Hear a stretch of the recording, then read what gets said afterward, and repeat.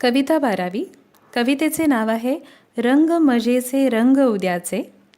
या कवितेच्या कवयित्री आहेत अंजली कुलकर्णी. आता आपण कवयित्रीचा मराठीतून परिचय करून घेऊया. अंजली कुलकर्णी 1958, प्रसिद्ध कवयित्री, लेखिका. छात्र प्रबोधन, किशोर, वयम यांसारख्या विविध नियतकालिकांतून गद्य व पद्यलेखन. मी एक स्त्री जातीय अस्वस्थ आत्मा, संबंध, बदलत गेलेली सही, रात्र, दुःख आणि कविता हे कविता संग्रह, हृदयस्पर्शी, संभ्रमाच्या पाण्यात गटांगळ्या हे ललित लेखसंग्रह, स्त्री स्वत्वाचा शोध, स्त्री प्रश्न एक आवर्त हे वैचारिक लेखसंग्रह इत्यादी पुस्तके प्रकाशित. 2 काव्यसंग्रहांना राज्य शासनाचे पुरस्कार प्राप्त. महाराष्ट्र साहित्य परिषद, मराठवाडा साहित्य परिषद, भगिनी निवेदिता प्रतिष्ठान, कामगार साहित्य परिषद, ग.दि.मा. प्रतिष्ठान यांसारख्या अनेक संस्थांच्या पुरस्कारांनी त्यांना सन्मानित करण्यात आले आहे. अभी हम कवयित्री का हिंदी में परिचय कर लेते हैं. अंजली कुलकर्णी 1958, छात्र प्रबोधन, किशोर, वयम जैसे अनेक नियतकालिक में गद्य तथा पद्य रूप में लेखन करने वाली सुप्रसिद्ध कवयित्री और लेखिका है. मी एक स्त्री जातीय अस्वस्थ आत्मा, संबंध, बदलत गेलेली सही, रात्र, दुःख आणि कविता यह कविता संग्रह, हृदयस्पर्शी, संभ्रमाच्या पाण्यात गटांगळ्या यह ललित लेख संग्रह, स्त्री स्वत्वाचा शोध, स्त्री प्रश्न एक आवर्त यह विचार सन्मुख लेख संग्रह जैसे उनकी ग्रंथ संपदा प्रकाशित है. उनके द्वारा लिखित 2 काव्य संग्रह को राज्य स्तरीय सरकारी पुरस्कार प्राप्त हुआ है. महाराष्ट्र साहित्य परिषद, मराठवाडा साहित्य परिषद, भगिनी निवेदिता प्रतिष्ठान, कामगार साहित्य परिषद, ग.दि.मा. प्रतिष्ठान जैसे अनेक पुरस्कार से उन्हें सम्मानित किया गया है. आता आपण कवितेचा सारांश जाणून घेऊया. रंग मजेचे रंग उद्याचे या कवितेत कवयित्री अंजली कुलकर्णी यांनी निसर्ग सौंदर्याच्या विलोभनीय आविष्कारात जगण्याचा खराखुरा आनंदही मिळेल असा दृष्टिकोन मांडला आहे. जागतिकीकरणाच्या या काळात संगणक युग अवतरले असले तरी माणसाचा मातीशी असलेला जिव्हाळ्याचा संबंध तुटता कामा नये. पर्यावरणाची जोपासना केली तर माणसाला कधीच काही कमी पडणार नाही.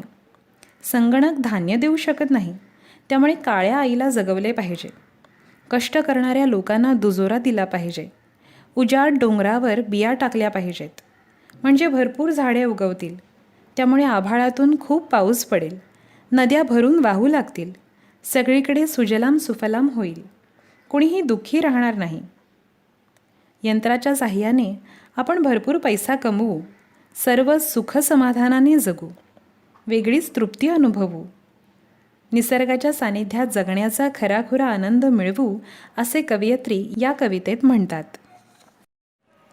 अभी हम काव्य का सारांश हिंदी में जान लेते हैं. रंग मजे से रंग उद्यासे इस कविता में कवयित्री अंजलि कुलकर्णी द्वारा कुदरती सुंदरता के दिल लुभाने वाले आविष्कार में ही जीने का असली आनंद मिल पाएगा ऐसा सूचित किया है. इस जगतव्यापी संगणकीय युग में मनुष्य का मिट्टी से संबंधित आत्मपूर्ण जुड़ाव खत्म नहीं होना चाहिए. पर्यावरण को यदि जतन किया तो मनुष्य को कभी भी किसी भी चीज़ की कमी महसूस नहीं होगी. संगणक अनाज नहीं दे सकता, इसीलिए काली मिट्टी मतलब अपने धरती माँ को जीवित रखना होगा. मजदूरी मेहनत करने वाले लोगों की सहायता करनी चाहिए. उजड़े हुए गिरिशिखरों एवं पहाड़ों पर बीज बोने चाहिए ताकि उससे बहुत सारे पेड़ उग जाएंगे और उस वृक्षों की मदद से बहुत सारी बारिश हो पाएगी, नदियाँ बहने लगेगी, सर्वत्र सुजल सुफल स्थिति होगी, कोई भी दुखी नहीं रहेगा. यंत्र सहायता से हम बहुत सारा धन कमाएंगे, सभी सुखी और संतृप्त जीवन जीते रहेंगे तथा एक अलग सी तृप्तता का अनुभव कर पाएंगे. निसर्ग के निकट सानिध्य में सच्चा आनंद मिला पाएंगे ऐसा कवयित्री इस कविता द्वारा सूचित करती है. आता आपण कवितेला सुरुवात करूया. फुलाफुलांचे दाट ताटवे, जिथे पोचते दृष्टी, रंग मजेचे रंग उद्याचे, जपून ठेवू सृष्टी. आता या ओळींचा भावार्थ आपण मराठीतून जाणून घेऊया. आजच्या आधुनिकीकरणामध्ये उद्याचे रंग आनंदाचे हवे असतील तर आपल्याला जेथे जेथे नजर पोहोचते तेथे म्हणजे आपल्या आजूबाजूला रंगीबिरंगी फुलझाडे लावावी लागतील, तरच आपण निसर्गाचे जतन करण्यात यशस्वी होऊ शकतो. अब इन पंक्तियों का भावार्थ हम हिंदी में जान लेते हैं. आज के आधुनिकीकरण में आने वाले कल के रंग आनंदमयी होने की इच्छा हो तो जहाँ तक हमारी नज़र पहुँच पाती है वहाँ तक, यानी कि हमारे आजू बाजू में हमें रंग बिरंगी फूल पौधे लगाने पड़ेंगे. तभी हम कुदरत का संगोपन तथा उसकी परवरिश करने में सफल हो सकते हैं. आता या पंक्तींमध्ये आलेले शब्द तसेच त्यांचा मराठी व इंग्रजीतून अर्थ जाणून घेऊयात. ताटवा, वाफा, अ रो ऑफ फ्लॉवरिंग प्लांट्स. सृष्टी, विश्व, युनिवर्स. दृष्टी, नजर, साईट. आता आपण कवितेच्या पुढील ओळी जाणून घेऊयात. धान्य देईना संगणक हा, काळी आई जगवू, मातीमध्ये जे हात राबती, तयास देऊ पुष्टी. रंग मजेचे रंग उद्याचे, जपून ठेवू सृष्टी. आता या ओळींचा भावार्थ आपण मराठीतून जाणून घेऊयात. आजचे युग हे संगणक युग आहे. प्रत्येक गोष्ट संगणकाद्वारे केली जात असली तरी धान्य मिळवण्यासाठी आजही शेतीच करावी लागते. संगणक आपल्याला धान्य देत नाही. हे धान्य जी काळी आई शेती देते त्या काळ्या आईला आणि धान्य पिकवण्यासाठी मेहनत करणाऱ्या शेतकऱ्याला मजबूती देण्याची जबाबदारी प्रत्येकाची आहे. तरच उद्याचे दिवस आपल्यासाठी आनंदाचे असतील. अब इन पंक्तियों का भावार्थ हम हिंदी में जान लेते हैं. आज के संगणकीय युग में हर एक बात के लिए संगणक का उपयोग किया जाता है. फिर भी अनाज एवं धान्य उत्पादित करने हेतु आज भी खेती ही करनी पड़ती है. संगणक हमें अनाज नहीं दे पाता. अतएव इस अनाज की आपूर्ति जो काली मिट्टी करती है, उस काली माँ तथा अनाज उगाने में मेहनत करने वाले किसान को दृढ़ता प्रदान करने की जिम्मेदारी हम सभी की है. तभी तो कल के आने वाले दिन हमारे लिए आनंदमयी साबित होंगे. आता या पंक्तींमध्ये आलेले शब्द तसेच त्यांचा मराठी व इंग्रजीतून अर्थ जाणून घेऊयात. पुष्टी, दुजोरा किंवा पाठबळ, सपोर्ट. तयांस, त्यांना, टू देम. आता आपण कवितेच्या पुढील ओळी जाणून घेऊया. उधळू फेकू बिया डोंगरी रुजतील देशी झाडे. उधळू फेकू बिया डोंगरी रुजतील देशी झाडे, गच्च माजतील राने होईल आभाळातून वृष्टी. रंग मजेचे रंग उद्याचे, जपून ठेवू सृष्टी. आता या ओळींचा भावार्थ आपण मराठीतून जाणून घेऊयात. आपण उन्हाळ्यामध्ये वेगवेगळ्या प्रकारची फळे खातो. त्यांच्या बिया कचऱ्यात टाकून न देता त्या साठवून ठेवाव्यात. आपल्या आजूबाजूच्या उजाड उघड्या माळ रानावर आंबा, फणस, जांभळे अशा झाडांच्या बिया फेकून द्याव्या. या बियांना पावसाळ्यात पाणी मिळेल, याची गच्च राने तयार होतील.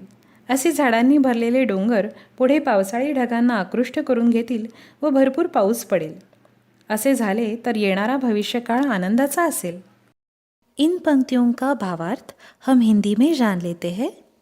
हम ग्रीष्म ऋतु में हर तरह के विविध फल खाते हैं. उनके बीज कूड़ेदान में न फेंकते हुए इकट्ठे करके रखने चाहिए.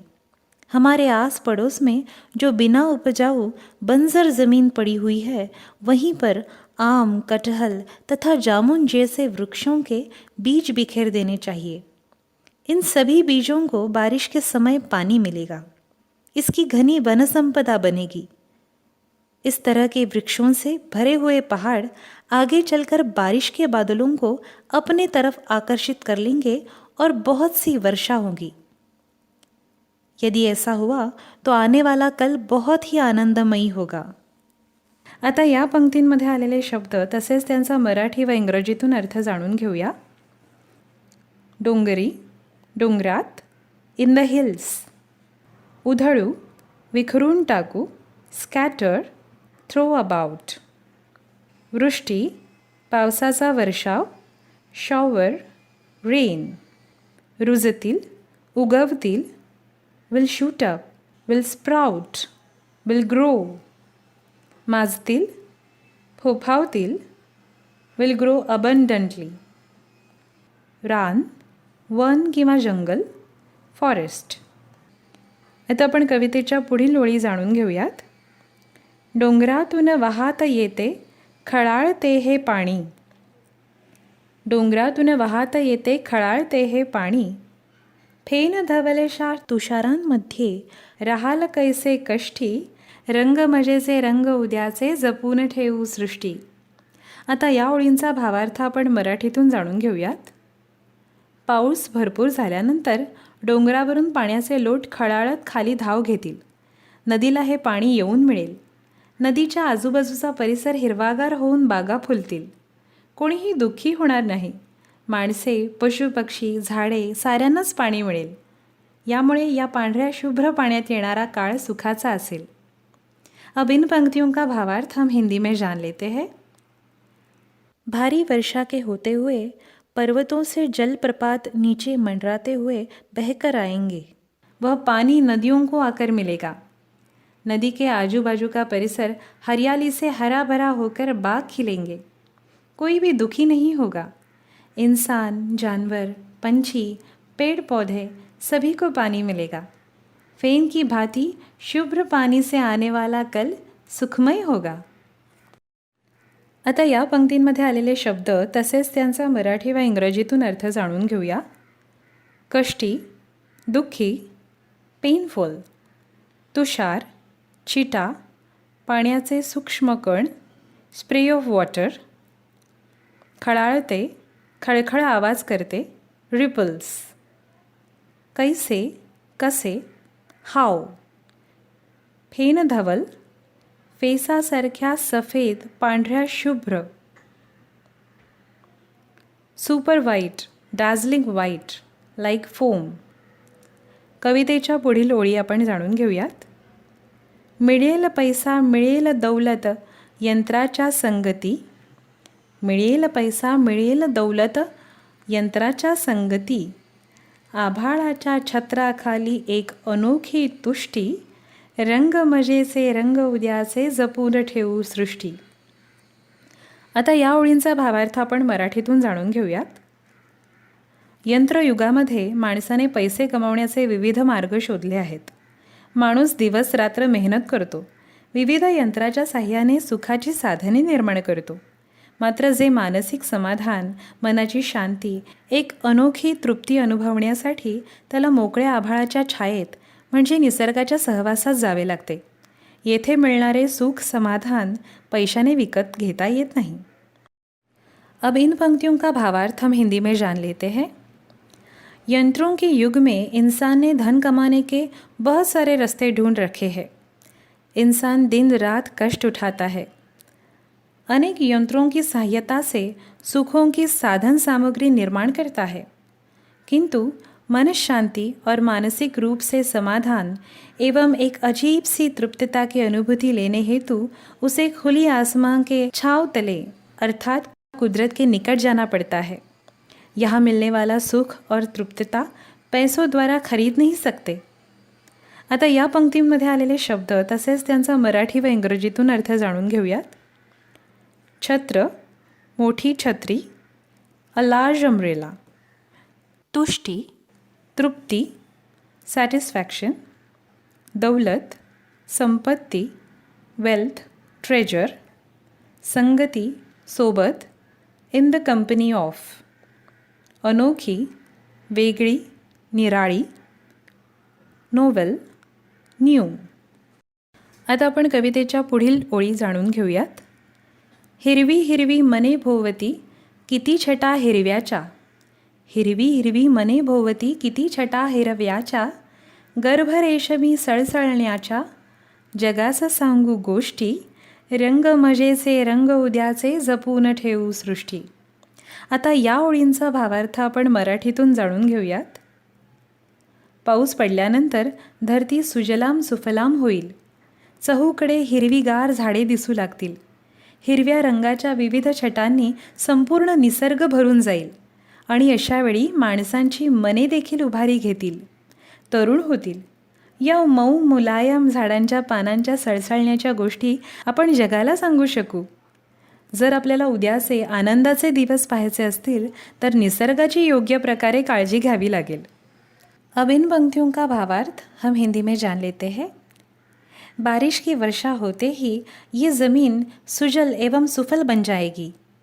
चारों तरफ हरे भरे पेड़ दिखने लगेंगे. हरे रंग के विविध रूप से ये निसर्ग विभूषित हो उठेगा और मनुष्य के मन भी भाव विभोर होकर जवा हो जाएंगे.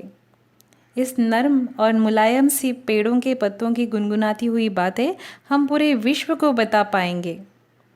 यदि हमें आने वाले कल के आनंद भरे दिन देखने हैं तो हमें निसर्ग का सही ढंग से संरक्षण करना पडेगा, उसका जतन करना होगा. आता या पंक्तींमध्ये आलेले शब्द तसेच त्यांचा मराठी व इंग्रजीतून अर्थ जाणून घेऊया.